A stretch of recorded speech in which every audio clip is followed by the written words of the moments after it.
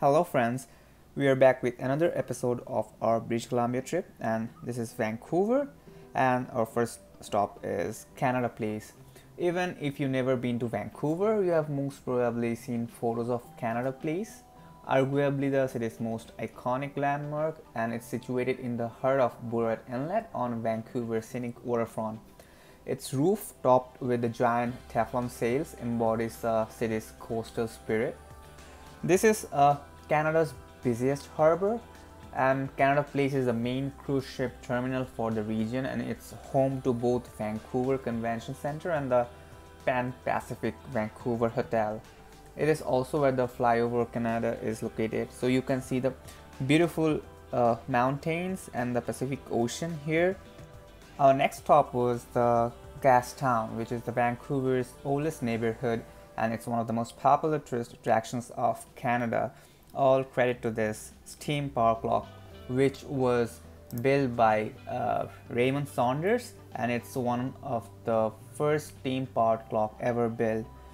This clock whistles every quarter hours, and you can see that in our video. So tourist waits there just to listen to the whistle of this steam powered clock, and we were also lucky that we got to listen the whistle of this clock. So the Gastown was named after the captain John Dayton, whose nickname was Cassie Jack, and legend has it that he was one of the first settlers to reach the area in 1867. Our next destination was the Granville Island. So the city of Vancouver was called Granville until it was renamed in 1886, but the former name was kept and given to the Granville Street, which spanned the small inlet known as the Falls Creek. The area in which Granville Island is now located was originally a sandbar used by indigenous populations to capture the shellfish. So we are visiting the Granville Public Market, which is a popular tourist attraction in the Granville Island. So there's already people queued up just to buy food and just to see the public market here at Granville Island. So we can see like the fresh donuts are being made here, and like we got to eat the fresh donuts here, and it's very popular here in the Granville supermarket. So you can see like different types of donuts are being sold here, and we were in the line to get our chance to get our food here. So we just ordered some of the food, and while ordering I saw there are not only donuts, there are everything, like every kind of food here in the Granville public market. So I took a coffee and a popular donut here and just sat outside in the patio, and like you can see the view from the patio, like it's beautiful. Like having breakfast in front of such a location, it's like it's not a everything, like it's not a everyday thing. So while having my breakfast, I just looked at the aqua bus, which was something new. Like I never saw aqua bus before, so I plan to hop into this aqua bus.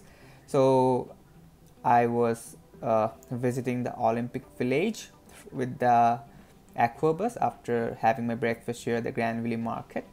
So the ride with the aqua bus would cost you around $5 to $10 depending on the location which you are going to. So it was a beautiful ride, and you can see the whole like city from here, like the Granville Island and the other stops like the Yaletown and then the Olympic Village. So here we came within 15 to 20 minutes to the Olympic Village. So here were like Olympic Games were organized here. Our next destination is the Queen Elizabeth Park. So it's one of the most beautiful parks here at Vancouver, which you can visit. Like there's no entry ticket for that, it's absolutely free of cost, and it's very beautiful. Like there is a very beautiful like lookout spot in the park where you can see the whole Vancouver city. So this park was dedicated by King George VI and his consort Queen Elizabeth during their visit to Vancouver in 1939 as King and Queen of Canada. From that time, park staff incrementally transformed the overgrown hillsides into Canada's first civic arboretum. So there is arboretum, celebration pavilion, fountain plaza, and the sculptures in the park. It's a very beautiful park with different kinds of trees, flowers, and like people come here to visit and have a good time with their friends and family. So from this park we are moving to our next destination, and that's the most iconic tourist attractions of Canada, Vancouver. It's the Stanley Park. So there are lots of tourist attractions here in the Stanley Park. The first one we visited is the Brockton Point totem poles. So this totem poles represents the First Nations cultures from throughout British Columbia, and the display began about a century ago in the park. So we have another tourist attractions here. That's the 9 o'clock gun. So it is one of the iconic part of both the park and history, and it was manufactured in 1816, and it's left alone where it belongs in the Stanley Park, where it's been firing almost daily for over 100 years. So another one is the Brockton Lighthouse, which is another tourist attractions here, and this is the girl in wetsuit, a sculpture in the Stanley Park, which is also a beautiful attractions here, and you can see the Lionsgate Bridge also from here. So our next destination was the Kitsima Beach. That's one of the most beautiful beaches of Vancouver. Like you can see the mountains just in front of you. Like there are lots of people in the evening coming with friends and family just to have a good time, especially in this summer. So we also visited there. So there are also music. You can see like people are enjoying themselves a lot.